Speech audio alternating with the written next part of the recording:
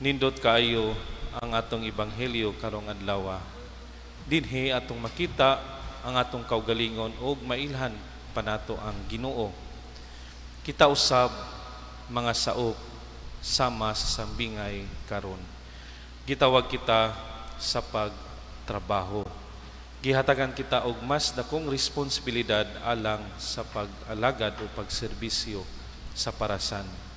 Apan ang ilang pagkasaop dinhi sa atuang sambingay dili lisod nganuman tungod kay gihatag na sa ilahatanan ang parasan, giatiman pag-ayo, gikural na ana-ana ang pug-anan sa ubas ug ang bantayan nagtindog na. Busa ang tanan maayo na, igo na lamang sila magtrabaho. Sa atong kinabuhi, ang Dios kanunay naghatag kanato og trabaho nga atong buhaton. Ang Dios naghatag usab kanato sa tanang paagi aron matuman ang atong bulaton sama sa iyang gibuhat alang sa mga saop. Ang Dios sa kanunay naghatag kanato og mga palas-anon nga atong dalhon. Apan siya usab naghatag kanato sa mga kasangkapan nga atong gikinahanglan aron kini mapagaan. Dili ba sama sab kita sa mga saop sa maong sambingay, bisan pa kita pagahusayon, kitang tanan manubag sa Dios. Kinahanglan kitang mohatag sa mga naani nato ngadto sa Dios. Kita mobarog atubangan sa Dios aron sa pagtaho o paghalad kaniya sa mga bunga sa atong mga kahago.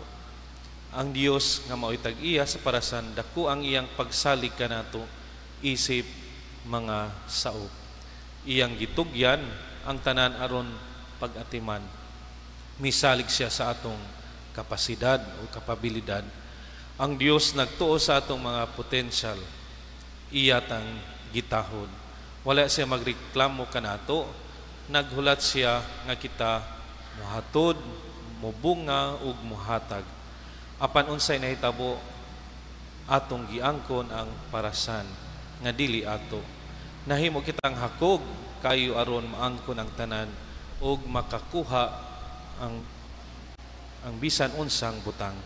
Nahimo kitang bayolente aron mapahawa ang tinuod nga tag-iya. Bisan pa niya na ang Dios mao'y mapailubon kaayo. Ingon nga nagsugo siya og ulipon aron pagkuha sa iyang bahin. Unya nagsugo na usab pila ka mga agalon ulipon ang iyang gipadala aron sa pagkuha sa maong abot. Gihatagan ta sa Dios og mga kahigayunan, chances. Wala dayon niya siluti, wala siya may balos dayon. Ang Dios nagpasan kanato og naghulat kanato sa pagbalik og sa paghinusol. Ang mga saop tungod sa kasina gipatay ang anak sa tag-iya. Kini nagsulti kanato sa kinatas-ang sakripisyo ni Jesus. Si Jesus namatay alang sa atong mga sala. Iyang gihatag ang iyang kinabuhi alang kanato. Si Jesus mibuot sa pag-ula sa iyang kaugalingong kinabuhi alang sa atong kaluwasan. Gitubos niya kita pinaagi sa iyang dugo. Ang iyang kamatayon usa ka pahinumdom nga mobalik kita sa amahan. Kung mobalik kita sa amahan, iuli nato ang tanan ngadto sa amahan. Dili lamang ang iyang parasan, kundi labaw pa sa atong ang kinabuhi o ang gugma nato. Amen.